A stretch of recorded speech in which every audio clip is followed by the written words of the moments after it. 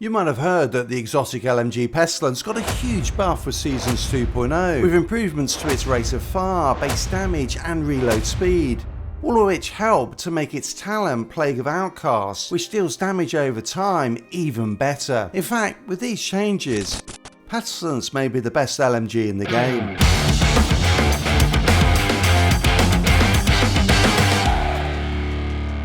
Most of the builds for the Pestilence focus on maximising its damage over time. In the ultimate dick measuring contest, the highest damage build is currently 3 pieces of Lengmo, one of which is the Backbone Backpack with perfect unstoppable force, the Sacrifice chest piece with perfect glass cannon, Contractor's gloves and Sawyer's knee pads, all of which delivers ticks of over 1.8 million.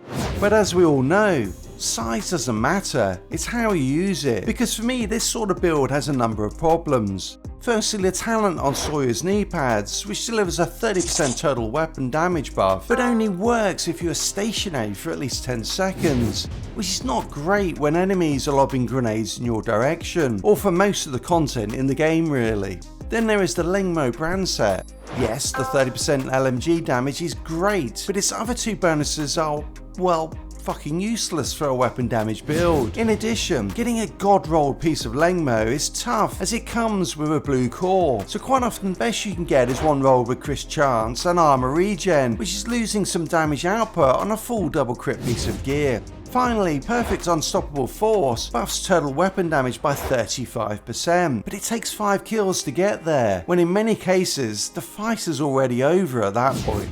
No, we need a build that delivers better all-round damage, has great healing, and damage over time of just the right size to make the enemies weak at the knees. So I'm going to replace the Backbone Backpack with the Gift. This delivers 2 benefits. Firstly, as the second piece of Providence defense in the build, it adds 8% critical hit chance, which gets us closer to the 6% cap. The talent on this backpack is Perfect Vigilance, which delivers a 25% total weapon damage buff from the first shot. It is disabled when you take damage, but for just 3 seconds. I will also be using one piece of double crit Walker's Harris, which adds a 5% weapon damage buff, and rather than using Sawyer's knee pads, I'll be using Fox's Prayer knee pads, which comes with 8% damage to targets out of cover. The debuff from Plague of Outcasts is a tough one to understand. The wording says that it scales off weapon damage, but we know that it also does so off total weapon damage, a completely separate damage bucket. It is buffed by the amplified buff from Perfect Glass Cannon, but also by the damage to armor on Contractor's gloves and damage to targets out of cover on Fox's Prayer knee pads,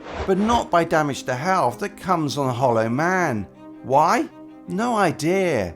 It makes no sense to me. So rather than use that, I'm going with an exotic that received a huge buff with Seasons 2.0. Catharsis. Catharsis was always a good exotic, combining a weapon damage buff with healing. With Seasons 2.0, the weapon damage buff has been increased from 30% to a whopping 45%, making this one of the best. With stacks, this build will deliver a debuff tick of over 1.5 million, which is enough to kill enemies in just a few seconds. This build is also running 48% critical hit chance and 117% critical hit damage, which means that you can melt enemies with just the weapon damage alone. Catharsis delivers some much needed healing with its 50% armor repair, and the 10% armor on kill from the gunner specialization helps as well. This also comes with the Banshee Pulse, which is an absolute lifesaver in CCing flanking enemies. The Banshee Pulse also opens up an alternative for your chest piece.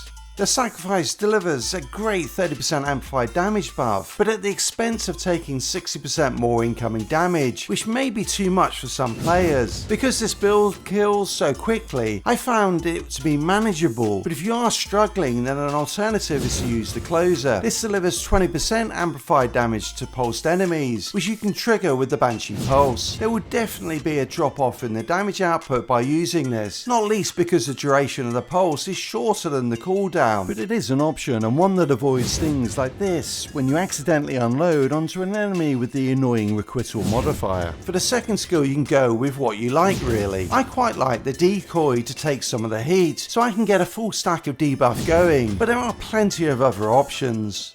LMGs are seeing a revival right now with builds that are challenging for the top DPS. So if this Pestilence build is not for you, then try out this LMG build here that has received massive buffs with Seasons 2.0.